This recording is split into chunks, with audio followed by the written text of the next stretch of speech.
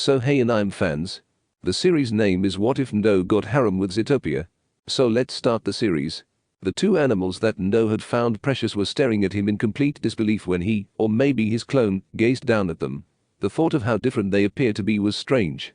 Judy seemed to have a Byakugan, and Scratch's eyes were now a dazzling shade when slitted. So Scratch responded, "Might you at any point clarify for us exactly what is happening, Ndo?" Judy started, but she couldn't recall the name of the beast that stood before them. "Better believe it, we might want to know why our child just turned into an R," she said. Ndo concluded by using the word human. Judy then remarked, "Certainly, why exactly are you a human?" as she saw her child's constant growth. As Ndo starts his story, he says, "I think I should try to make sense of this all along. But this story will take some time, so settle in." Judy starts writing on her recorder. Alongside the other members of Group 7 were Ndo, the 4 first headmasters, the following monsters, and the Sage of 6 Ways. The hair goddess Otsutsuki female has just been refixed into the moon by Group 7. "It's the ideal opportunity for us to get back to the unadulterated land, Ndo," Minato says. He ends by saying, "I can hardly stand by to fill your mom in regarding my experience with you." Ndo looks with tears in his eyes. "Hello Ndo friend, might you at some point discharge the endless Tsukiyomi now?" The friend of Ndo observes individuals balancing in the branches above them and says, "Not yet, something feels off." He sprang, relying on one of the carcasses dangling from the tree, as his eyes expanded abruptly. Right away, he made a cut in the tree, and to everyone's amazement, there was Niji hanging. The incision through which it entered his chest had also been partially sealed by the branch. Everyone's attitude is one of complete awe as Nobody, after closely studying one of Niji's eyes, remarks, "I think the limitless Tsukiyomi took the collections of the people who kicked the bucket also." After that, he leaps from the tree and begins to investigate. Alright, so from its vibes, this spirit art has taken not just every living human on the planet, yet additionally the carcasses of the bodies actually transmitting core energy, responds the friend of Ndo. "I believe on the off chance that I alter the spirit art, we could possibly bring back the people who kicked the bucket in the conflict, as well as any shinobi whose body was discharging core energy." "So you are saying yourself can alter the spirit art to mend everyone over the long run?" Sakura asks. "However, it will need some time and assistance from both you and Ndo to adapt the spirit art. Since I can implant your 100 healings method into the tree, and Ndo uses the Yang-type core energy to actually alter it. For course," Ndo friend responds, "and perhaps restore him." Together with Ndo friend, Ndo and Sakura gestured and went toward the tree. Ndo placed his right hand on the tree near Ndo friend's, while Ndo friend placed his left on the eti. Sakura then attacked the two young men with her 100 healings core energy. They released the tree and each other once a heartbeat was sent through Group 7 and the real tree. Group 7 took a step back as the tree's front began to change shape. Immediately, 12 sections popped up in the tree. 3 of them were designed for humans, and the others were large enough to hold the creatures who followed. Suddenly, the Rincharingan designs started to appear on the wall. Ndo friend stated, "Sorry about this folks," while examining the monsters that were being pursued. "Your core energy is to be utilized in the 100 healings method to mend the people who passed on." He understood. "We can't gamble with anyone transforming into a white Zetsu. Uchiha, I will never be able to return to that F********************** N tree exclamation point the fox beast bellowed. When Fox Beast turned to face his sister, Matadabi said, "Nai-san, we need to do this." Fox Beast paused to reflect, and it was evident everywhere that he had been humiliated without cause. "Are you scared of being in the never-ending Tsukiyomi, or do what has to be done?" Jayuki asked. Upon checking out with the help of her family's resources, Kokuo realized that, "We should take care of business, the world requirements to fix itself in any case, we unquestionably can't assist with that." She concluded by striking her tail and stating, "Raise your tails in case you will assist with speeding this up." At that point, Matadabi attacked Child Goku, Jayuki, Chimei, Isobu, Seiken, and Shukaku. Eventually, following an episode, Fox Beast brought his tails. Sakura grabbed the one in the middle after all the following monsters had entered the chambers. Ndo is on the right, and Ndo friend is on the left. Fox Beast snarled, "Since everyone agrees to this," Ndo friend said, "please creep into the various chambers in the tree." Before his eyes streaked and the Rincharingan design appeared overhead, he said, "Sixth headmaster teacher." The long period of human recovery began when 6th headmaster had all of his reps on. Over time, many vertebrates began to evolve and replace humans, and everyone fell victim to the process right away. Sections of wood blocked off the chamber passages, and the wood over Sakura's chamber was shaped like a gem, allied to the 100 healings. No recalled it as the root aspect, or whatever Dark Zetsu called it, when he first woke up and looked up into a corrosive green sky. The voice of a Ndo friend said, "No?" When Ndo looked around, he spotted Sakura and his buddy standing nearby. The friend extended his hand and held up his fictitious sibling. "Where may we be?" Ndo said, "It seems to be a characteristic of the roots of Otsutsuki females." Root diamond pause! Then, from the very beginning, a gigantic violet circle with different plants linked to its sides appeared. Ndo friend's eyes flared up and he raised his left palm and focused, saying, "Allow me to take a stab at something." Along with the plants, which emerged by dragging roots out of the earth, came oval-shaped turquoise cases, some of which contained natural humans, and some of which did not. But at last, they caught sight of the sixth headmaster. "Sixth headmaster, master," said Sakura before dragging their teacher out of the unit. "Master, how are you?" the sixth headmaster asked, grabbing his head as he moaned. His cheeks would have been flushed if he hadn't been wearing a veil. "I was coming across the magical world of Tsukiyomi. I won't get into details about what it was," stated sixth headmaster. As he got closer to the violet circle, the sphere seemed to beat, according to Ndo's companion, and some individuals started to stay away from the cases. "I have worked everything out such that everybody can leave their Tsukiyomi universes voluntarily." Another heartbeat followed, and he stated, "Presently I just communicated something specific clarifying the circumstance for everybody in a manner they can comprehend. In any case, there is a simpler strategy than hauling individuals out of the units." Ndo asked, "How might they understand what you mean?" The companion of Ndo shrugged his shoulders and said, "That Tsukiyomi Fantasyland can interpret my message to them, but I have no idea how." "When will everyone be healed?" With a glance at Sakura, the sixth headmaster asked. In an attempt to soothe his companion, Ndo said, "Sadly, with this many individuals, it will require thousands, on the off chance that not huge number of years. Keep in mind that I messed up the order of events here, Ndo. Keep in mind that 3 days in real life are equal to 1 second here. 2 years, in my opinion, have proactively gone by." The companion of Ndo understood what had happened. As he checked out, Ndo glanced at his teammate bewildered. The concept was clear to Ndo's companion, but Ndo was still perplexed. "Basically, it goes like this. 1 second equals 3 days, 1 moment equals 180 days, 2 minutes equals 360 days / 1 year, 1 hour equals 30 years, 1 day equals 720 years, multi-week equals 50-40 years, multi-month equals 20,160 - 22,320 years, 1 year equals 262,800 years." After giving it some thought and experiencing an episode, he concluded, "By and by, I figure we will be hanging around for between 1 year, best case scenario, to 20 years to say the least." "Okay, got it." In order to help Ndo remember water basins that might be in a nursery, his pal pressed his pass near to the ground and provided a few stone supports. "Something final. I would suggest having a shadow clone constantly watch it." Ndo got it and dispatched a clone to one of the pools, which will allow us to watch this present reality as it advances through the moon. "What's going on right now?" I wanted to know Sakura. My pal Ndo seemed exhausted. Presently, we pause. The spirit art time skip number is 1 year. When Ndo's companion approached him, he pointed to the weird shine and said, "Ndo friend, come take a gander at this." The young men continued their search and found a pride of lions relaxing around a fire. Ndo was looking into the survey pools when he noticed an odd light. "HN," said a friend of Ndo, "it seems that one more animal types has at long last begun to accept the mantle as generally progressed." Sakura hurried over. The world reportedly broke up into many smaller landmasses during the Fourth Great Shinobi War, but Sakura pointed inside the survey pool to another location on a portion of land that was cut off from the rest of the continent. "Ndo friend Kun, Ndo, you will have a hard time believing what Ino and I found."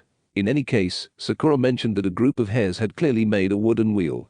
After hearing No's comment, Sakura said, "So lions are by all accounts not the only propelling creatures," pointing to the area they had been inspecting. "The spirit art time skip is 2 years." No and Cute Ninja were currently observing the survey pool, and they found themselves in a quite interesting predicament. A hare reportedly seized a fox that was trying to pursue her, and it seemed that a criminal partnership had developed. "It's sweet when things like this happen," the adorable ninja said to her companion. "You wouldn't say?" "Better believe it. Hello Cute Ninja-chan." "Really, Ndo-kun?" Ndo turned to the cute ninja and asked, "Do you think it's strange that I have sympathy for the foxes?" After giving the matter some thought, Cute Ninja declared, "It's not strange. I mean, for some reason, everyone thinks the foxes are cunning, and in interspecies networks they are constantly given harsh looks," she remarked. "Exactly, I bet the vast majority who heard that would figure it out to be a reference to my Jinchuriki status," Ndo said in emotion. "You see me?" Quote as Ndo and Cute Ninja turned around and saw the familiar shape of a humanoid fox, they asked. The fox himself came to the pool to watch with them. Unlike his usual form, the fox beast was now 6 feet tall and walking on 2 legs. So what might occur? I feel that when they get to the watering opening, Bounces will live with Wild in a lair in the safeguarded region, then either her family will be found dead or the family returns and attempts to remove Hops strongly from Wild, and knowing how these circumstances frequently work, a bunny suitor will be hanging tight for her with her tribe. Fox Beast said. Looking at the 2 strange sweethearts, Ndo remarked, yes, I suppose we'll see. 5 years is the time skip no spirit art. They don't know how, but for some reason, 6th headmaster was able to use Sharingan in both eyes, just like when Obito's soul had him. After all, he was in a glade with a lake in the center, which is one of the many aspects of Otsutsuki female. Eventually, everyone moved on, and Ndo's friend even gave 6th headmaster the title of favored Uchiha, saying that 6th headmaster was basically one of his relatives. Despite feeling appreciated, he declined the offer. With the help of 2 shadow clones, the Ndo student held a fire-shaped wind ball in his hands and inquired, like this Ndo nice and ? Ndo's hand moved. Outstanding effort, student of Ndo. You're doing great ! Quote, how is your Sanskrit art training going? Ndo clapped as the circle broke up. You actually need more command over it, but basically you didn't grow regular patches of hair across your body, said a third person who entered the field after the Ndo student scoffed and assumed a reflective stance. Over the course of the next 30 seconds, his eyes became more focused, his complexion became hazier, and his hair went wilder, growing a tail. Ndo smiled. Following Child Goku, the primate, the 4 heard the Emperor of Sage Monkeys say, pleasant tail however baby. The Ndo pupil glanced at his butt and noticed the brunette tail he had developed. The child's master ! Quote, hey Ndo nice-san, child master, who else is doing Sanskrit art preparing? Ndo student gestured to the pursuing monster, who volunteered to get him ready, the human and gorilla remarked after a lengthy silence. All things considered, I realize that Seiken is showing Sakura, Tsunade, Ino, and Shizune. Seiken's tails struck the other 2 right before they returned to normal, despite the fact that by all accounts their bodies were about to mush. The humanoid slug with 6 tails was sitting in front of 4 women in a cavern-like setting, practicing Sanskrit art core energy. The younger one with the pink hair and the older blonde woman were more productive, their skin and eyes bright, like the primary headmaster's when he used Sanskrit art. Tsunade, Sakura, you both are doing extraordinary engrossing the Sanskrit art core energy, Ino, Shizune, both of you really want work. I additionally accept Matatabi is preparing Ndo friend and Karen. Both of Matatabi's understudies, Ndo friend and Karen, were acting like cats while she sat leg over leg in front of 2 students in a bamboo forest. Ndo friend's hair seemed to turn bluer, he had a fleecy blue tail and feline ears, and he now had a yellow Sharingan in his right eye and a woods green Sharingan in his left. Karen's features were similar to those of her, except that her ears and tail were red. Matatabi also got to his feet. Karen was in a mirrored position, with her right hand behind her, saying, presently cats, show your feline kumite. Start, shouted Matatabi as the 2 understudies squabbled.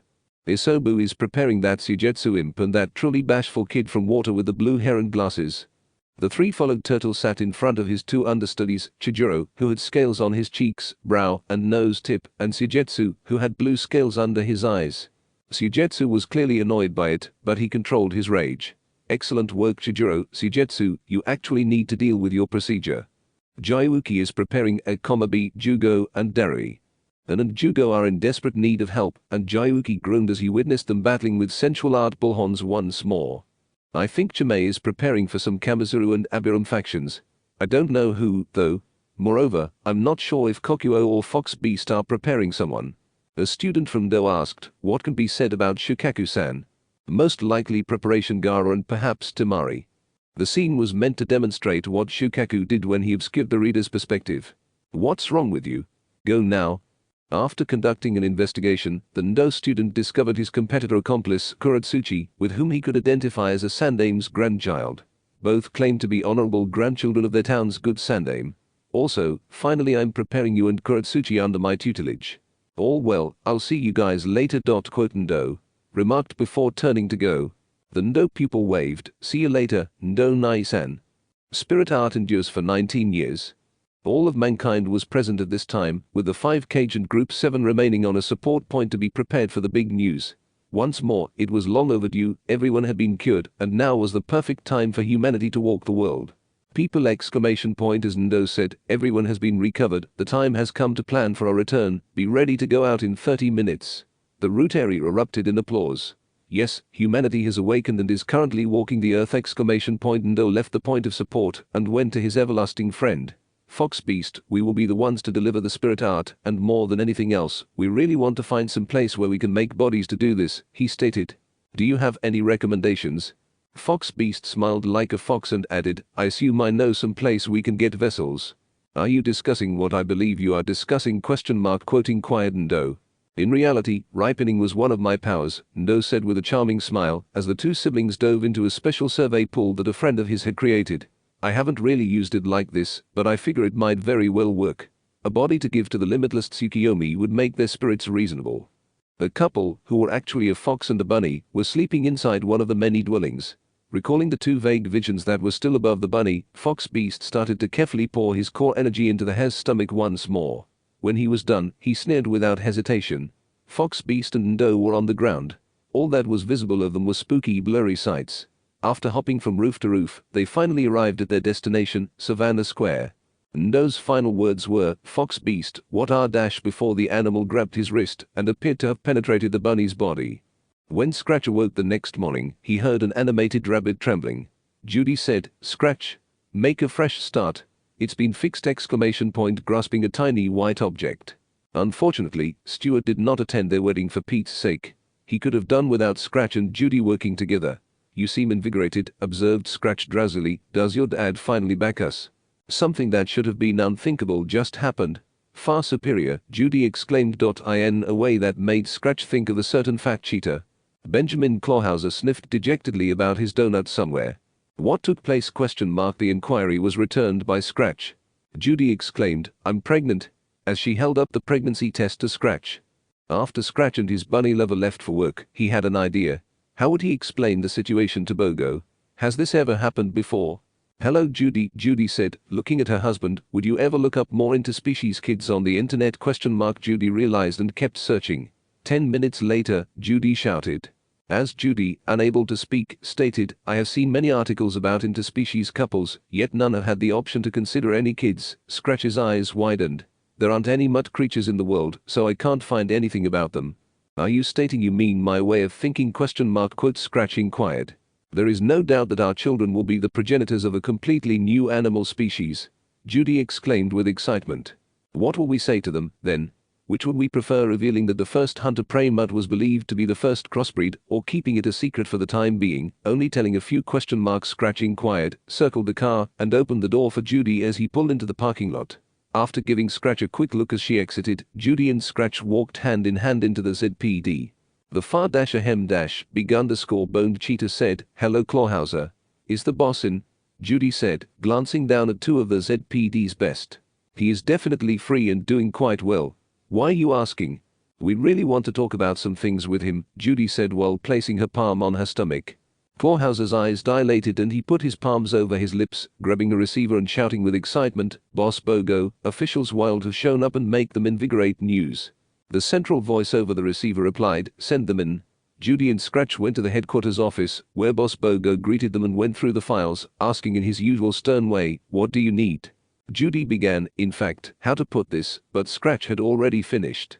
As Scratch remarked, my significant other should be placed on leave, maternity leave to be exact. Bogo's eyes grew wide. Bogo shouted, are you expecting? As he unintentionally struck his amplifier, informing everyone that Judy Wild was expecting a child. Whoops. I guess it's pointless to keep my pregnancy a secret, Judy said plainly. It's true that people pay close attention to bunnies that consume meat. Scratch looked at Judy, who was enjoying a cup of ramen nearby, and stated from the computer in the living room, after conducting all the required research, I would estimate that it will take a month and a half before our mutt is conceived. She had cravings ever since she became pregnant, and the majority of them were for ramen and chicken. Scratch would be surprised if he didn't know Stuart. While working and eating chicken at the time, Judy had a curious encounter with her parents. Her father became irate when she revealed her pregnancy and made an attempt to persuade her to accompany them back to Rabbit Tunnel. Judy glared at her father and sprayed him with fox repellent. A police detachment was required to monitor the emergency clinic where Judy would undergo the tests after 14 days, when Scratch and Judy traveled to a clinical facility to learn more about their children's features. In order to keep interspecies meetings out, rather than because they were antagonistic, many columnists needed to know what this fox hare mutt may look like. Judy came in through the main doors with her attractive husband and exclaimed, Ugh, don't any of these vertebrates know the importance of the word individual space? As they made their way to a private room, Scratch screamed with excitement. Their columnists, carrots, any word connecting with individual space, was torn from their word references the second they landed that position. There was a badger in room 304 with a graph. Mrs. Wilde, good to see you. In order for me to administer the ultrasound gel, could you kindly lay on this ? Quote. When Judy agreed, the badger applied the gel to her shirt, he said, caressing the cart. Cold! Exclaimed Judy. While the ultrasound gel was being applied, the badger applied pressure to Judy's stomach using an ultrasound wand. After a while, Judy's eyes abruptly widened as he repeatedly pressed the wand against her stomach. After setting down the wand, the badger moved on to the computer. Scratch asked, is something off base? Well, you have 5 kids complete. She responded, 3 young men and 2 young ladies. How much do they resemble each other? Judy inquired. The medical caregiver became firm at this point, and Judy and Scratch investigated this unavoidable behavior. One of them is a bunny with a longer tail, while the other 4 resemble foxes but have longer ears. And more? Judy inquired uneasily. T2 of the mess appear to have encountered an uncommon change in the quantity of tails. She said. Hang on, are you saying that 2 of our kids have 2 tails? Scratch said as he made his way to his haven. When the badger showed the guardians to be the screen, it was evident that 2 of their children had 9 tails. Their ears appeared to have been taken from a bunny rather than a hare. No, the badger said, and Judy let out a breath she didn't realize she was holding. They have 9 tails each. A vol columnist in the air channel, unaware of either of them, was observing the incident and took a picture of the screen that displayed Scratch and Judy's children. Judy was expecting any day now, and Scratch and she were at their house with the envelope containing the information about their children. Judy said, hello Scratch, feeling around her abdomen. The prods now indicated that she was pregnant. What would be a sensible response on our part? Is it prudent for us to inform others about our children's health? When Scratch handed his phone to Judy, who couldn't accept the status quo, he was staring at it and said, I don't think we have a decision. Carrots, see this. To her surprise, the accompanying photo, titled Mutt Youngsters with 9 Tails, was a picture of her ultrasound that had been seen in the medical facility. What are we going to do? Carrots? Scratch asked, handing the phone back to Judy, who was utterly stunned and nauseous. Judy shouted, Scratch, they're coming, and then she fell to the ground. She is yours! Judy was being led into a working room when a medical caretaker yelled.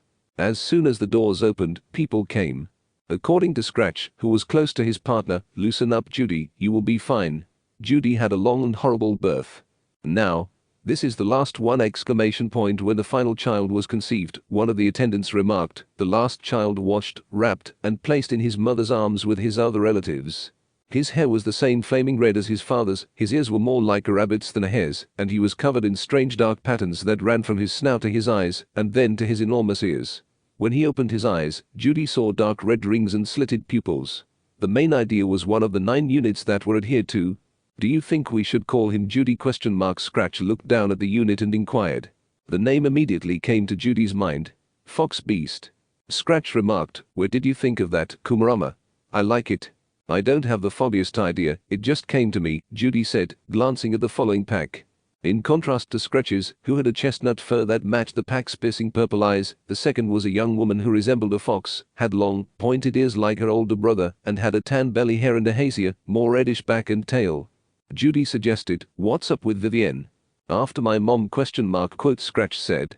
Of course, we were thinking of naming one after her, and this one helps me the most to remember her, Judy added, as Scratch glanced at the adorable tiny fox, who squeaked and turned to face him.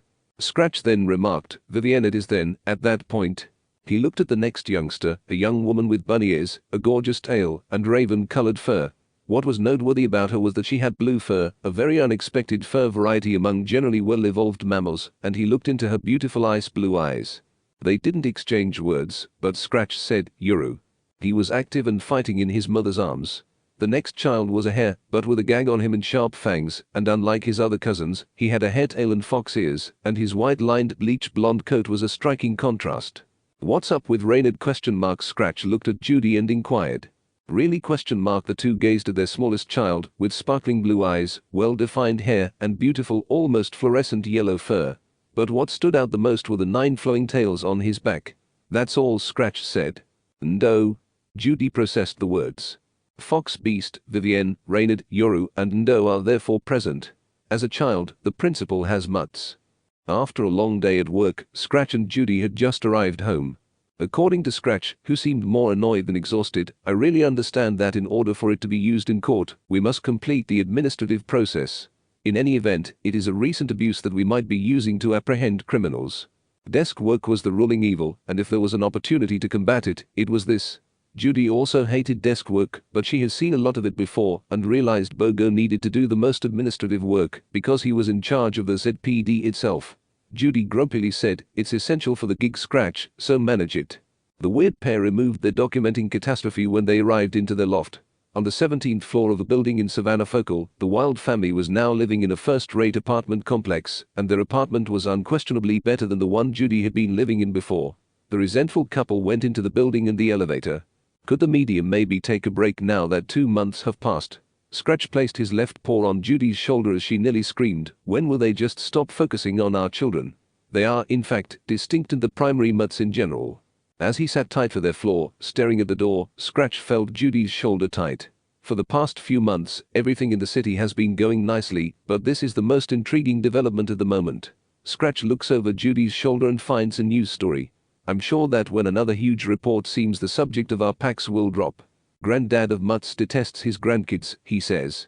Scratch looks at the news report behind Judy and mutters, "I can't trust this." "So, Mr. Hops, you never supported your girl's lifestyle choices?" "No," was all Judy had to say before turning off her phone and putting her screen away. "I generally oppose interspecies pairings. I've made several attempts to get her back to our home and away from the area. I really can't help but get over the fact that I love a fox," Judy exclaimed as the doors opened. "What on earth is wrong with my dad?" Judy entered the lobby after exiting the elevator. When Scratch placed his hands on her shoulders, she stopped ranting. He opens and leads to a spacious loft with a patio and a clear distant wall, and when Scratch and Judy arrive at their condo, they say, "What he says won't hurt us, or on the other hand our units." With a fox-sized lounge area table and an open kitchen, their lounge was truly large. "Your father is a racist jerk. Don't put too much pressure on carrots." "Great to see both of you back," the female voice stated, and he spotted an otter wearing predominantly blue clothing that complemented her clothes' black fur. After saying, "Joseph is higher up," putting No and Fox Beast to rest, Scratch proceeded down the corridor and into the next chamber, which was the one with the young men and ladies. Upon entering the child's room, Scratch noticed a really ingenious scene where Joseph was trying to keep Fox and No Beast in their caves. The father of the young guys he was attempting to put to sleep was there when he looked up. "Joseph, are you having any issues?" The sitter nodded warmly when Scratch checked on them. Scratch then removed Fox Beast from the bunk and began to hold the red-eyed fox in his arms while pretending to be agitated. When Scratch asked, the otter pulled Ndo from his bunk and began to embrace the observant fox, saying, "Are you going to treat Ndo the same way, Joseph?" Judy held the two children for a few minutes until they fell asleep, and she and the female otter entered while the two males proceeded to the dens. Judy instructed the now famous female otter to just put Reynard in his bunk Layla. When all three of the infants had gone to sleep, Layla mumbled, "Of course." Then she walked to the middle lodge and cradled the child in her arms in the bunk, and the four warm-blooded creatures quietly departed the chamber and headed for the main floor. "Gratitude for minding units, I realize they can be a seriously modest bunch," Judy said. "Simply relax, it's okay, it's when there are 30 units that things become hard." Layla responds nervously, rubbing the back of her neck. Joseph replied, "At any rate, we ought to begin heading home. Mother could do without it when we're late," as the two otters were leaving. "What would you like to do, Judy, now that the units are asleep?" asked Scratch. Before recalling, "You didn't win the task," so Judy stated, "You should rub my foot." Scratch responded, "Okay, hold tight," and grabbed Judy, bringing her to their room. Yoru concentrated on her mother, while the rest of the Wild family sat in the lounge watching a movie. "Why do miscreants always wear foxies, Mom?" Yoru queried, genuinely curious as to why some members of her species were causing problems. Judy looked at her young daughter and said, "Yes, sweetheart. It's a hyperbole, Yoru, but a tongue of silver would be cool," said Scratch, interrupting Yoru as she became curious and stuck out her tongue, probably to see if it was silver. Foxes are often bad guys, since they have the wily abilities and silver tongue to play the exemplary reprobate. Judy arched an eyebrow at the comment, but decided to ignore it as Vivian and Reynard buried themselves further in their mother's fur and clothing. Yoru leaned over and took her father's arm, and as Scratch rushed to his little girl, Fox Beast fell off his head and struck Ndo, who was standing near him. They scowled at each other, but Scratch waved it away with a smile, placed the two young men on his lap, and placed an arm over Judy, smiling. Judy thought this was how every day would conclude. The mood was mixed, with Vivienne and York conversing, Ndo and Fox Beast putting on inflated fronts, and Reynard clutching his mother's knee in fear on this, the wild children's favorite day at school. Judy tells her small child, "Try not to stress, Reynard, you will be okay." "All right, so keep everyone in mind." One of Scratch's most famous remarks was, "Remain together, and assuming that somebody singles out you, you recall what I say." The same thing was said by the quintuplets. "Never let them see that they get to us." Exactly, Scratch smiled triumphantly, and he and Judy waved as their kids entered the building for their most memorable school day, saying, "Off you go then." At that point, unaware of what had happened, Reynard was pushed to the ground, a rhino twice his age bit him, and his shirt's neckline was ripped. "Well, it isn't one of the little oddity shows." The tyrannical jerk shook Reynard. "Jason, let me go!" Exclamation point as he writhed in the grasp of the now named Jason, Reynard cried out. "Goddamned better believe it, what would make it wise for me to do that?" "A yikes!" Exclamation point after letting go of Reynard and grabbing his leg, Jason replied, turning to look behind him and realizing that Reynard's 9 had actually followed his brother Ndo. "Don't bother my sibling, he is more modest than you and around 50% of your age, that is simply unacceptable," responded Ndo. As Jason hurried at him and said, "Looks like the biggest oddity show has arrived," Ndo changed and began to flee from the charging rhino. He dodged several obstacles and performed a few twists and turns in an attempt to confuse and agitate the rhino, and when he turned a corner, the rhino followed him. Ndo stood with his back against a wall, looking scared. Jason smirked as he lunged for the fox, but as he struck the vulpine, a brick facade broke and glass shattered, and when he turned to face him, Ndo was still standing behind him. Ndo threw his clenched hand out of sight and stared at his apologies, his eyes wide and an electric lamp beneath his face. "The mirror stunt really works." Ndo shouts. "Ha!" Exclamation point quote again, "Never interfere with my family!" Exclamation point in a beautiful white-out whisper, Ndo said. I guarantee," exclaimed Jason. Quote as Ndo's frequent appearances started to worry him. "Excellent, goodbye!" Exclamation point after saying this, Ndo returned to his usual activities before departing the area. When they opened the door after passing the rhino, the instructor noticed that the animal had caused damage to a wall. Judy replied, "Child, you have to stop doing this," looking at Ndo, who was fine but had an odd demeanor. "Mother, this is how I help people," complained Ndo. Judy was about to shout, "By turning yourself into an object." Recall the 2 occasions when the controlling jerks got you! Exclamation point The plan was likely to succeed if he could intimidate the controlling jerks into making concessions, as he did with Jason. Ndo declared that he would be in charge of the ZPD, and that, like his parents, he must be a police officer. Everyone laughed at his desires, and he started his job of making the world a better place by acting as a vigilante at school and threatening him. However, when it comes to business, they threaten again, sometimes for years, the months before! Exclamation point quote Also the chances of one of them getting me is 1 out of 10, yells Ndo. "Child, in the event that you see harassing, report to an educator or guide." Judy gave an ultimatum. "Your dad and I could do without it when you play vigilante and get yourself injured." "But what about the time you and your father were vigilantes against Belle with a question mark?" Ndo asked, evoking Scratch's modest but endearing grin. "I didn't know if I could believe the police at that point, what with all that was going on," Judy said when describing the situation. After giving it some thought, Ndo muttered, "I assume that seems alright." "Great, now promise not to be so crazy." Judy smiled. "Try not to stress, mother," Ndo whispered, holding his hair mother in his arms. "I'll be alright," he thought eventually. Ndo, then 13, was on his way home from school when he felt a strange premonition-like presence. He had to return home because both of his parents had been given lengthy moves. After shouting, "I know you're there, you can come out!" Exclamation point quote A few people briefly emerged from the shadows. Every creature he saw was prey. Among the most remarkable were a massive camel, a high school rhino with a distorted horn, and a woodchuck who appeared to be in his 30s and was clutching a metal bat. Ndo glanced around at the different animals. "I wonder how many prey animals could frighten a 13-year-old fox at this time." The woodchuck scowled down at the blonde fox and said, "I heard you single out guiltless prey creatures," with a menacing smile. As Ndo tried to flee, the madman sliced down the bat, but he grabbed him from behind and held it over his knees, saying, "Presently you will pay for harming them." Ndo threw the object holding him into the woodchuck after spotting an odd heartbeat, and the woodchuck watched in shock as all the creatures were brought down without assistance, but Ndo swiftly surrounded the hooligans, hitting them in the sides of their necks and killing them all.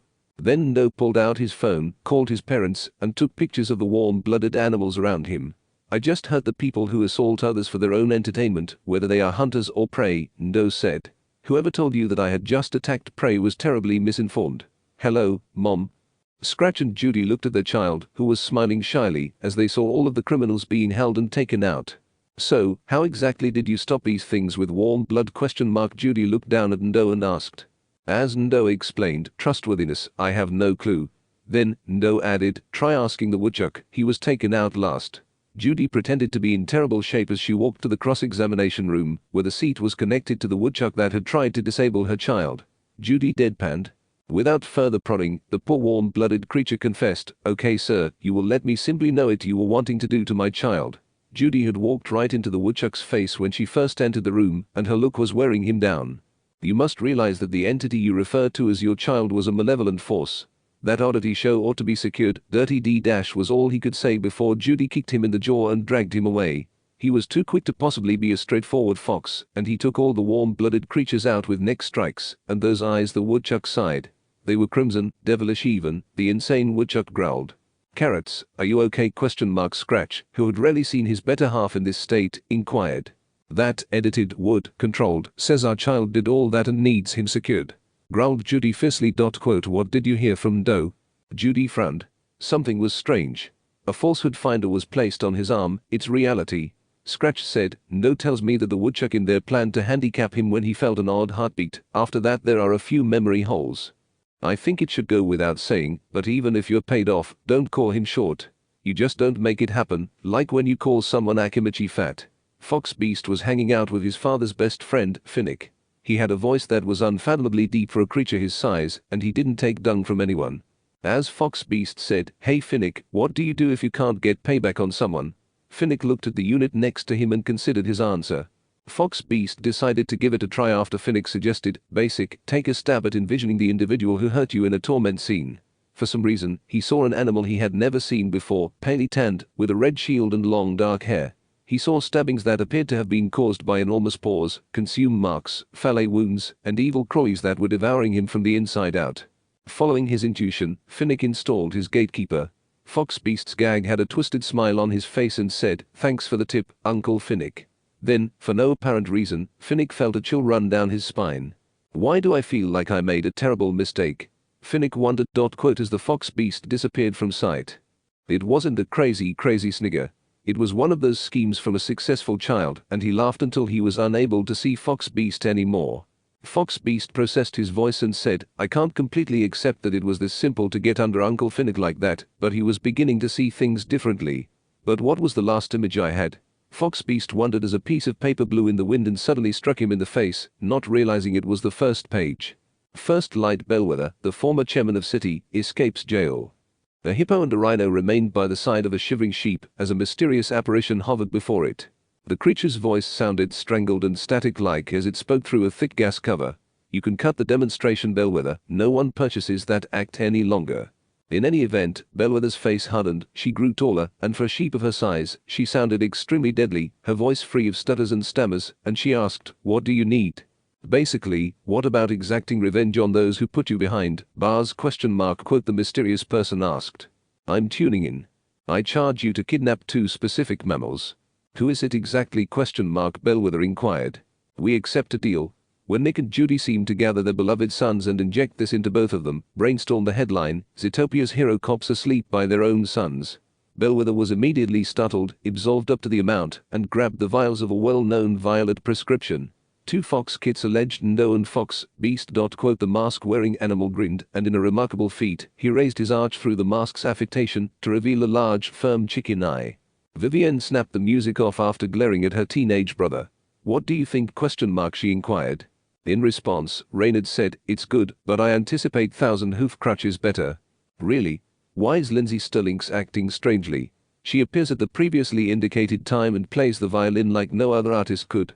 When the siblings' argument about music ended, Yuru answered the door with a troubled look on her face. Reynard clarified, I aloof anticipate that there are bigger concerts to go to. Hey Sibs, we got an austere problem, said the fox baton with the attached ears in a stern voice. What's going on right now? Was the way I met my adult cancelled? In terror, Vivienne asked her sister. Yuru raised her sister's eyebrows in advance and said, something more serious. Do you think that sheep's parents were detained for assembling the Night Howler drug? Yeah, it's the vigilante adventure they played in, Reynard said. Why? She has a capable prison, and I doubt that she will harbor resentment toward our parents and will apparently use the bristles. Oh wait, Yoru said, taking a bi-weekly from behind her back. After Yoru looked around the room, the two new ancestors concluded that she was attractive for their lost youngest and oldest brothers. Were our Fox Beast and No? Reynard hoped, in a distant sense, that his younger and elder siblings were doing well, so he asked, making the flying fox amalgam behave inappropriately. Apart from the advanced cyberbanking lock mechanism, No could vaguely remember what had happened. He and his brother Fox Beast were walking home from academy in Sahara aboveboard, lacking any artistic flair, and he started wearing a metal collar around his neck, but he was aware of his neighbor's unusual bite, which he let touch indiscriminately. He also recognized some lustful openings at the back of his neck. Looking over his shoulder, No beheld Fox Beast in a stubborn cage and exclaimed, "No? Is that you?" While his connected brother gazed forward, No glanced around him in the dim light and noticed that he was in the previously mentioned accessible spot. "What the devil is this place?" "It's me, Fox Beast." Out of the shadows came a little, snarly creature that declared, "It's aloof, an old warehouse." "Lady, who are you? You locked us up, but why?"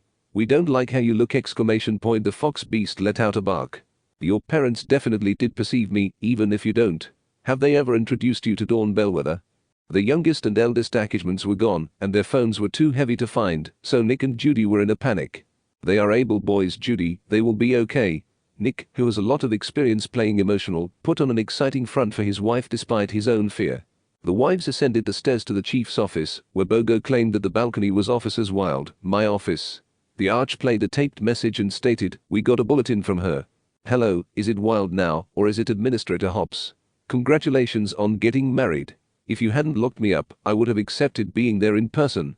I accept your nine-tailed abomination's reality with me, able-bodied assumption or not. You want them back? Away from you two, of course. Come to this barn on the outskirts of town. It's not like you'll be able to utilize your greatest weapons, so bring them." "Goodbye!" The fire alarm sounded. They were physically fit and understood the purpose of the Arch, so it didn't appear like the special brace was suitable for this operation. "Officers Wild, you two are to go to this barn and arrest Bellwether and booty that set of equipment." As Judy bowed and walked to the accumulator room, Nick said, "Yes, sir." When they arrived at the annex of a barn that was supposed to house their companions, Nick saw that they were in cages and opened the aperture. Nick and Judy were cutting a lot of fully adjustable body armor, and they could walk around in their approved badge outfits, and with various enhancements, they might also start in giant ascendancy vehicles. "Mom," their companies said. They arrived at their hotel behind closed doors, their faces free of tears, and they expressed gratitude that their accommodations handled the matter so coolly. Bellwether cried as she said, "Oh, how touching!" Ackerman reunited with their parents. "Leave them alone, Bellwether. It's us who are hungry!" Nick shouted. When Bellwether pressed a button on her wrist, the two cages holding No and Fox Beast opened, and the serum was placed in their collars. Dawn started to pace and said, "True, it is you two I want," and they absolved themselves by clutching their heads and saying, "Kill them, or they annihilate you." They stopped just before they were ready to burr for their parents, saying, "That day in the museum, I capital you to annihilate her, now you accept a changed choice." "Destroy them!" Bellwether shrieked, her face bewildered, and then a new article about the hybrids appeared out of nowhere. "Bellwether, what did you inject them with?" Judy said, sounding appalled. The sheep answered in a voice full of distaste. "A modified night howler serum. A masked mammal who harbored a grudge against you two accustomed me to it." A red animation flowed around No and Fox Beast as they stood on their after legs. Nick and Judy were shocked when No, speaking with an assumed accent, stated behind the started sheep, "Arrogant Bellwether Barker." The ewe was so furious that she was hit in the stomach, sending her flying out of the room and crashing against the large metal warehouse doors. In the language that was learned, Fox Beast said, "Yakm, No, Watashitachi nai wa shigoto ga aramasu." "Databeo, Dajmbu." Fox Beast! After No let out a sigh, the two hurried out the door. Meanwhile, Officer Wild calling in is displayed on Judy's radio. The extraterrestrial chicken-eyed creature went back to its hiding place and started to scramble wildly.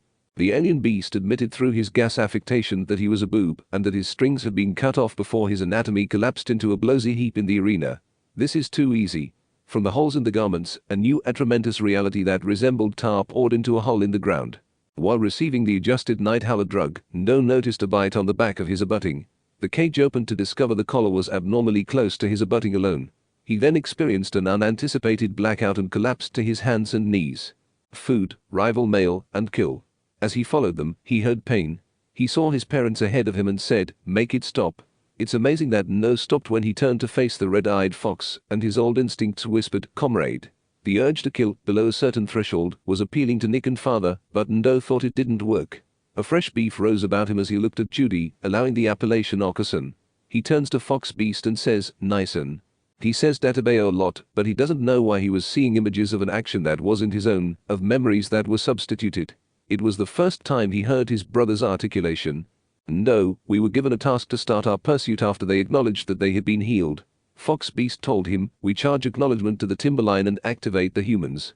When a red animation whirled around them, No got back up and stood far away from Fox Beast.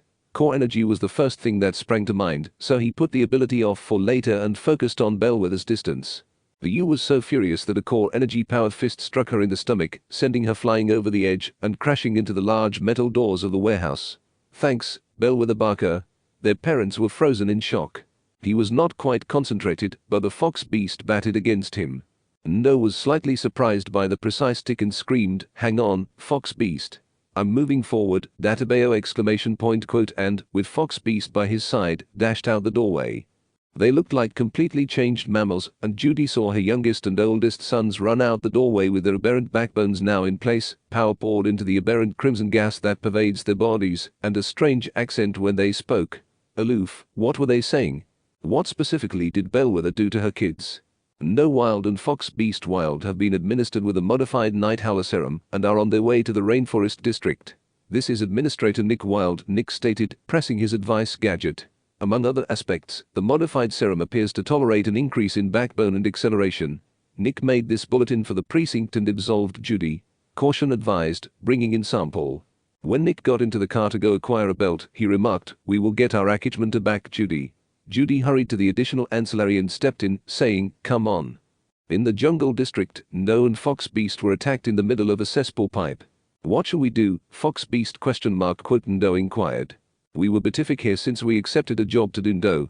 We made these bodies for that reason." Fox Beast clarified, "We charge to get our company free." "You're right, Fox Beast. Do you think we ought to make the article more adaptable?" Fox Beast replied, "Maybe adjure some weapon and shuriken while we are at it." As they went over the Duke signs, the boys smiled and said, "In Imonmonton, Banbatsu Sozo no Spirit Art exclamation point." In addition to creating 2 allowed sets of ninja accessories with 50 weapons, 100 shuriken, 30 meters of ninja wire, and a set of permitted cardboard explosives per pack, the foxes exclaimed without error as core energy began to cloudburst out of their bodies. Hide Ninja Village Chunin fast black diaphoresis pants, a connected sleeved top of the same color, and misused coats were being chopped by the foxes. "You want to bastard through the burrow or appearance off?" Fox Beast quote with sparkling flaring eyes, No murmured. Fox Beast remarked, "I expect you to perceive the answer to that," his eyes shining with the arch that was previously mentioned. Siffer was able to get their children until they became accustomed to hearing a broadcast from the rainforest commune that 2 nine-tailed foxes were definitely prancing over the treetops, and only after seeing the video did Judy and Nick believe it. Bellwether was currently being transferred to a medical ward as she had multiple access ribs and perforated lungs. Their accommodations were, in fact, bent from timberline to timberline as if it were extra nature. "What exactly was contained in that serum?" Judy inquired, and as if simultaneously, a large number of the forensics team members stumbled into the containers holding the serum and other abstracts. One injured horse remarked, "We analyzed the serum, we began traces of assorted chemicals, but there was article odd that we came across. A baby atramentus buck that had been trained on a clipboard said, 'We start what appears to be an annual of the borachero tree.'" The horse went on to say, "The actuality is generally alleged devil's breath." When Nick and Judy discovered the chemical's name, they became terrified. However, the bog seems to accept being adapted somehow, best acceptable in an abandoned environment. "We accept an accepted approach on the serum itself. We accept its ambition is to abolish the accepted personality, so an altered one, the beastly instincts, to booty its abode and blot the old personality of the mammal with the new one. Doing this would best acceptable accomplish the accepted antitoxin abortive as the instincts become allotment of the person. Aboriginal animals having a language of their own claim. If that's the goal, why are our sons using that language? Nick said, "I'm not familiar with it," and batted up. "We accept 2 acknowledged theories," the Vulpine said, to which the irritant retorted, "The Aboriginal theory demands addition to accept MPD, various personality disorder MPD. Could any of your sons tolerate such devastation?" Judy shot back, "None that we perceive of." "Well, the additional approach is a bit adamantine to acknowledge for some people." "How exactly?" Do you both believe in reincarnation? Nick said, when your girlfriend's hometown is surrounded by billions of people, it's kind of the alone option. Judy curved her eyes in response. The other explanation, that the serum restored your son's successful lives and gave them the abilities they now embrace, is further supported by the fact that whoever gave Bellwether that serum capital was right to accept it because he acknowledged understanding who their successful selves were. Judy remarked, you're starting to burrow a bit into the supernatural, incredulously. Well, that is the alone affair we can go on. Additional some of the things they did do abatement into the abnormal category. McHorn said, Officers Wilde, your companies have been spotted annex appear Sahara Square as he entered the room. As anonymously as they had at the top, known Fox Beast were living on the hill between Sahara Square and the distant rainforest commune, gazing at the barren beach-covered terrain. Appealing to his brother, Fox Beast said, we will accept Tabutigara and Shukaku actuality at some point, don't you exceed Ndo? Ndo nodded. The sound of a helicopter landing behind them interrupted the boys' conversation. The foxes stood at the corner of the wall, Sahara aboveboard behind them, and the men were surrounded by the many animals that leaped from the helicopter. Atomic had a dozen SWAT animals. A mammal said, remain calm. The best of the animals rushed to see what would happen as the cunning foxes lifted their arms and fell backward, giving them a beautiful appearance from below. The Furitosksu no spirit art is a success! Ndo grinned. Attenuated strands of core energy seemed to be alloyed bolts between his tails, legs, and accessories. He could use wind absolution to dispense the wind to authority him up from a distance, but he could also use his tails to make a vertical advance, which gave him accretion acceleration and made him belly move upward. They spread the spirit art and started jumping from rooftop to rooftop, and when Fox Beast reached a good landing pad, he shouted, let's anchorage on that building. They were already on firm ground. You think they're going to ambush you? Quote asked Ndo. If they can apprehend our accessible pattern, a fresh yes. There was an affair in the bullpen to find out how to handle the bearings in the different situation. Everyone, the arch said, we accept Beginner Isle that the aboriginal animals are taking, based on their route, they should be at the Arctic Boondocks anchorage or all the hour. Bogo pointed to a map of the anchorage breadth and started forming teams, saying, I appetite teams of Admiral in these locations.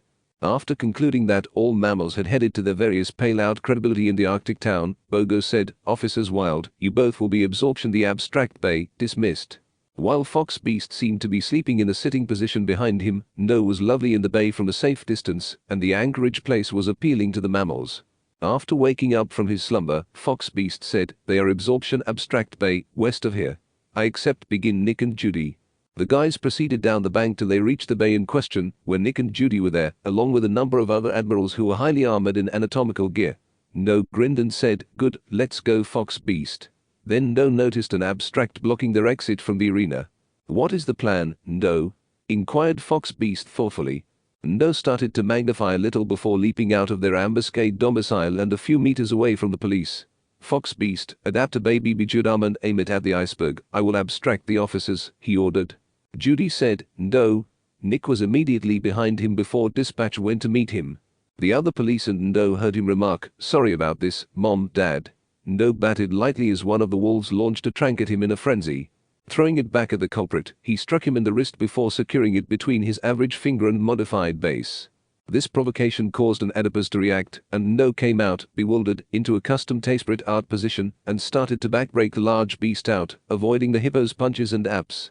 When No started to attack, he stopped the backward knees, and the Oedipus fell with a bang as the mammal's animation became rough. The Fox Beast leaped out of the cops and over the officers as two wolves reappeared, and after swallowing an object for a back abscess like a balloon, he cut an axle at the iceberg. The actual officers were shocked by the fire. Admiral collapsed to the floor. The river displayed No and Fox Beast's forgiveness, and the berg spread out, creating plenty of space between it and the axle. Amid gasps, Judy exclaimed, wait! No was standing beside her when she abruptly lost her eagerness. He knelt down and grabbed something from her belt. Judy noticed that the baby account was in No's weapon holster and that the tracking chip was alive when she looked up. I was perplexed. Did these sons of hers gain such authority? She inquired. Just as No was leaving the sea, a new item appeared with the words, see you soon. Judy was concerned that they may choke to death. She was walking on water with her boys. On her hip, Judy played for her radio. Officer Wilde calling in, she responded. This is Administrator Wilde. No and Fox Beast Wilde escaped. No has a tracker dent on him, requesting medical absorption for squadron. Judy plugged into her communicator and departed with the final words. She awoke in a medical bed with Nick beside her, and she saw Arch Bogo airing in again. Judy asked, "What's my accepted antithesis, Chief?" Bogo examined Judy closely and clarified, "Well, your injuries were minimal, and admitting you should be taken out of the acreage for a while due to these, you and your bedmate are bald abnormally for this abutting phase." "What appearance specifically?" Judy inquired. "We can give you the best decision regarding whether or not to go," Bogo said. "We like your calm demeanor and believe that you and your roommate are the most daring individuals. We are going to speed up a helicopter after your sons." Nick grinned at his wife's eagerness, but Judy refused to wait for her answer. "Definitely. All right, let's get some carrots that need action." The three admirals excused themselves up the stairs and headed for the Doing CH-47 Chinook cat and mouse on the roof. As soon as Nick and Judy climbed aboard the helicopter, they were Bogo coiling away. "There's a chopper on the roof, cat and mouse for us," Nick added as Judy straightened up. They had already gone out to sea for dozens of kilometers by the time Ndo batted up. Ndo was strolling peacefully as they arrived at the shore, where the deity tree appeared, but Fox Beast was anxious. Fox Beast stared at his approach, saw blood, coughed gratefully, and put his larboard Duke accoutrement in his mouth. "Fox Beast," Ndo said to his brother and lifelong friend, "something seems wrong with you because you're so uptight. What's going on?" Ndo cringed at the thought of his core energy arrangement being jumbled, his lifespan being greatly limited, and the fact that he would never be able to use core energy again.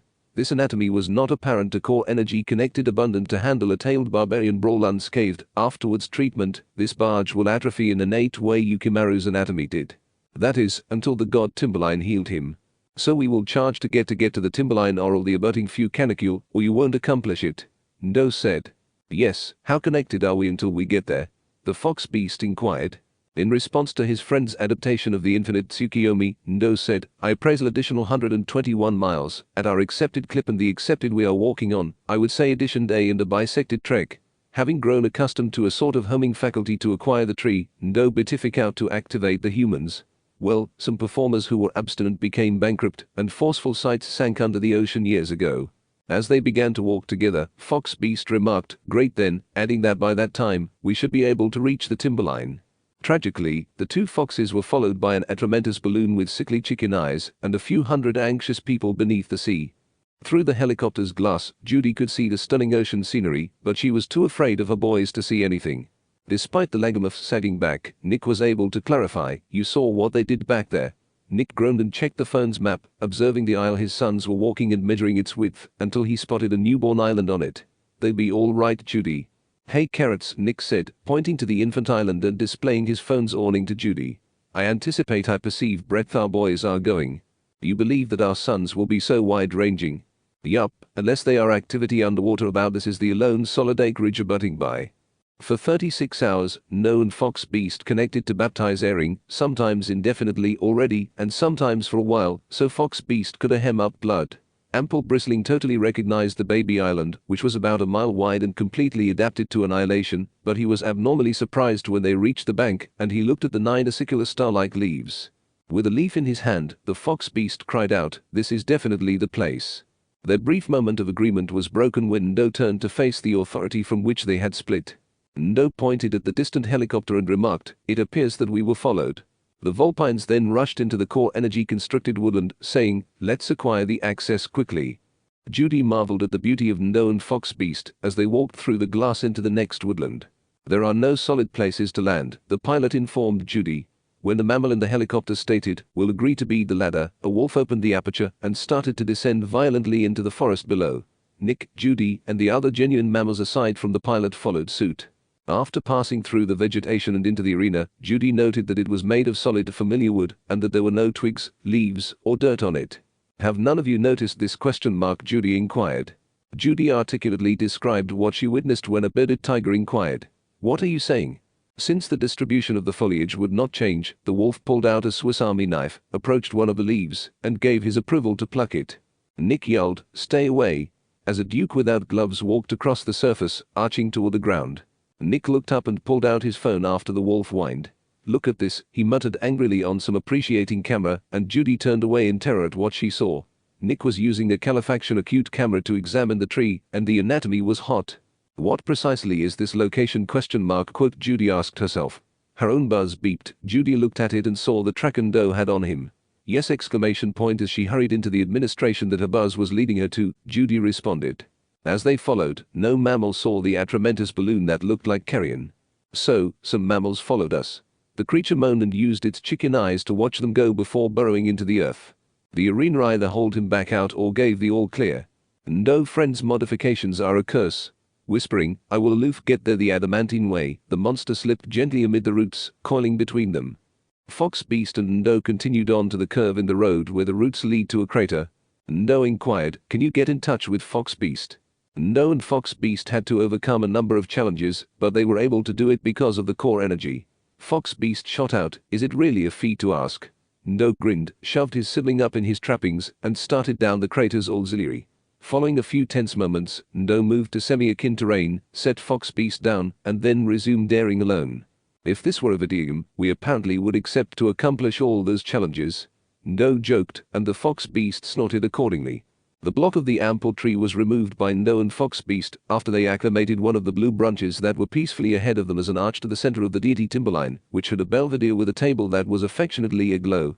When they reached the tunnel's conclusion, they were faced with a cavern that was hundreds of meters high and meters deep. There were several entirely blue branches with white bundles of photic from them scattered throughout the block and the board walls of the god tree, which was located in the middle of the spacious cave. They were suspicious of the animals, and they knew them well.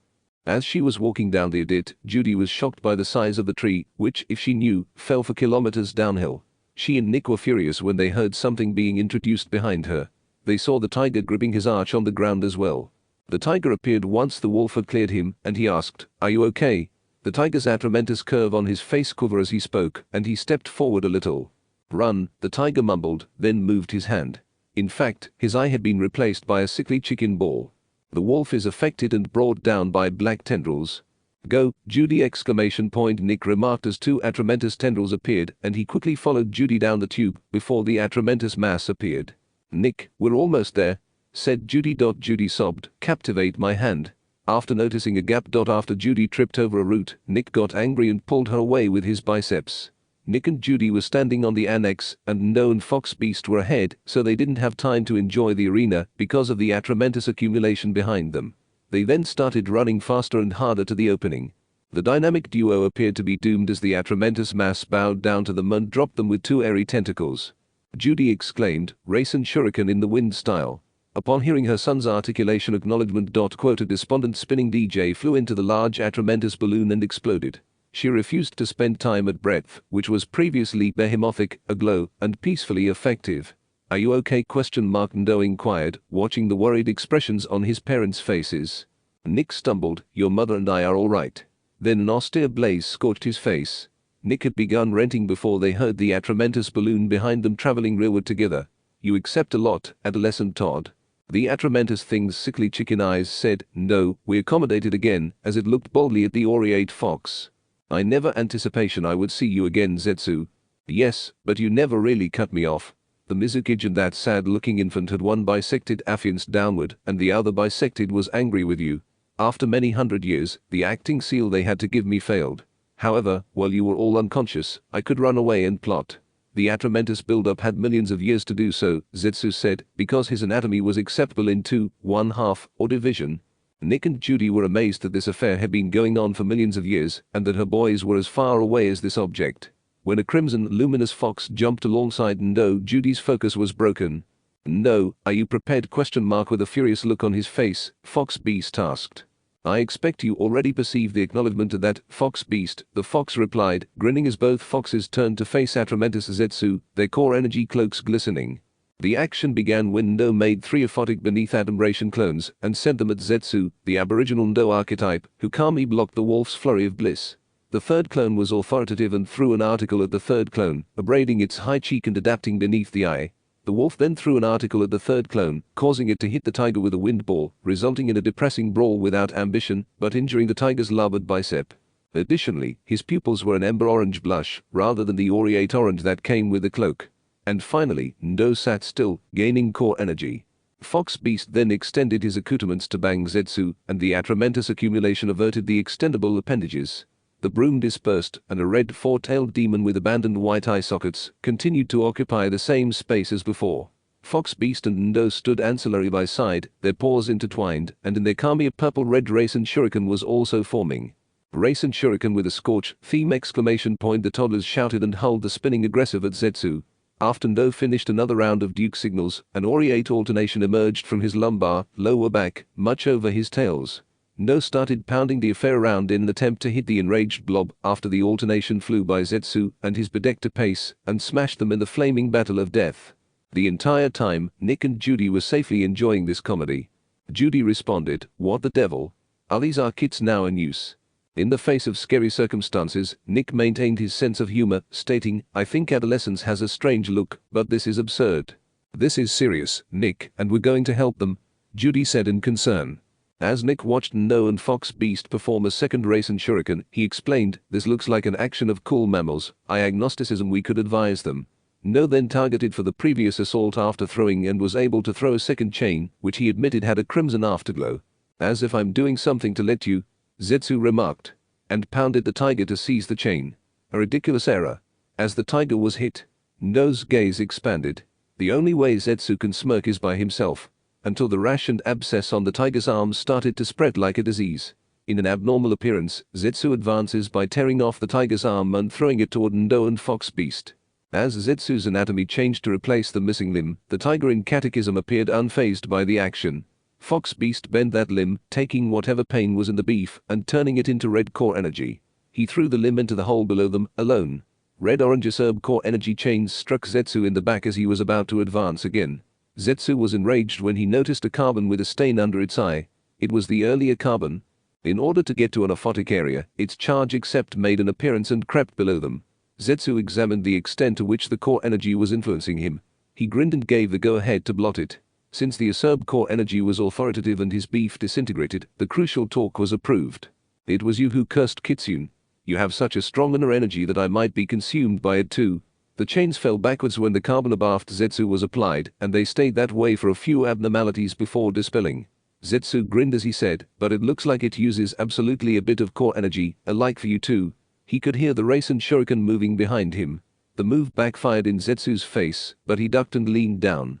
On allocation activity into the wolf and tiger, the Atramentus discomforted mission was swift and split his anatomy in two. Zetsu was momentarily taken aback when the foxes emerged from behind his two behindhand and kicked them into the abyss, causing him to gaze away from No and Fox Beast. "Oh no!" Zetsu yelled from both sides as he fell, and Fox Beast and No sat down, dispersing their core energy cloaks and letting forth pitiful exhalations. Fox Beast responded, "This is our adventitious Fox Beast," and No exhaled. Nick and Judy stood there, appalled by what they had seen, and exclaimed, "Let's end this." Judy stammered, still in shock after the fight, "Hold on, people. You agreed to do a lot of answering exclamation point quote." No twitched his additional appendage on his adapted side. Fox Beast twitched his adapted ear afore he vomited blood. Judy responded by a live over to Fox Beast and captivation him. "Son, what's going on? How may I be of assistance?" Judy begged Nick to come quickly so he could assist his wife and oldest son. Fox Beast croaked, get me to the table. This barge will die before the end of the day." Judy was equally astounded, if that was possible. Nick reassured Fox, saying, "Son, you're not going to die on us, I think you won't." According to No, he said his anatomy was dying, he aloof needs to get back to his old body. The table in the Aboriginal Three Ripples was a burning tan amphitheater with 3 tomo, as Fox Beast gained fame and became the center of attention in the Arbor Cavern. In this situation, Nick and Judy were at a loss for words, but they chose not to counsel their youngsters. The ancestors were already seated at the table when No moved to a board that was fixed to the wall and took out a wooden container. He took it over and opened the case to show 9 tomo-shaped jaws, the most alluring of which were the miniature creatures on the middle anniversary one, a chibi version of the tailed beasts. "No," said Nick with a smile of nostalgia, "what are those?" "The best description would be that they are keys," he said. "Which keys are at play here?" Judy inquired. No fascinated, his board cavern appropriate gear out. Nick and Judy nodded, not wanting to worry about their oldest child, and he replied, "To this, I shall explain aggregators anon, since Fox Beast is not in an aggressive state of activity. Is that acceptable?" No set the stones down on the table. He questioned, "You accessible Fox Beast?" As Fox Beast spat out, "I was built and ready. Given this abutting point, I would compliment the tailed monster's song for its attention." No laughed at the main joke, and everyone went back to chanting. The gem aerial was so startled that it smacked Nick and Judy as the gem of a raccoon-like animal flew from the pile and into one of the tomo-shaped holes on the alien bend of the table. A new verse was started by No and Fox Beast, Hitotsu, Shukaku, Hito Yori and Imuri. Feimotru, Futatsu, Matadabi exclamation point after flying into one of the extra holes in the alien rim, the disillusioned feline with two capes said, 2, a fire with light, Matadabi. Nick and Judy noticed a pattern when the three-tailed turtle showed up. Isobu, Mitsu, Mizunara Makasero. 3, let him baptize, Isobu. Imman Atsuizi, Yotsu, Sun Gok exclamation point quote 4, hot as lava, Sun Gok, the abbey said, moving to one of the places in the center of the table. There went the horse. 5, running non-stop, Kokum, Itsatsu, Itsudimo Keikashai. Later, they would agree to ask. Dolphin? Did you think that was an animal slug? Matsu, Seiken, Muri Sezu Awa Tezu. 6, not in a hurry, Seiken, and not debauchery it. Chmei, the airborne blade beetle, is number 7. Now, firmly place the tomo in the center. Nanatsu, Nanafushi Sorotobu, Chmei exclamation point but who produced these things? Before making the last remark, Nick noticed that Ndo appeared to change positions. Yatsu, Yupari W plus Darzi, Jiki exclamation point 8, Jiki, we as expected. Why was there a balderdash with tentacles from an octopus? The only object left on the larboard was the diamond containing the fox beast. Nick could only stammer, son, why dash, before the boys finished their rite. Koken to Seikum, Kokonotsu, fox beast. The men yelled, 9 past and present almighty, fox beast, as the last allocation entered the new area. There was only silence for a minute. The reddening of the table from the fox's claret was broken by the scorching of Ndo and fox beast, who were wounded by aphotic spikes of ivory.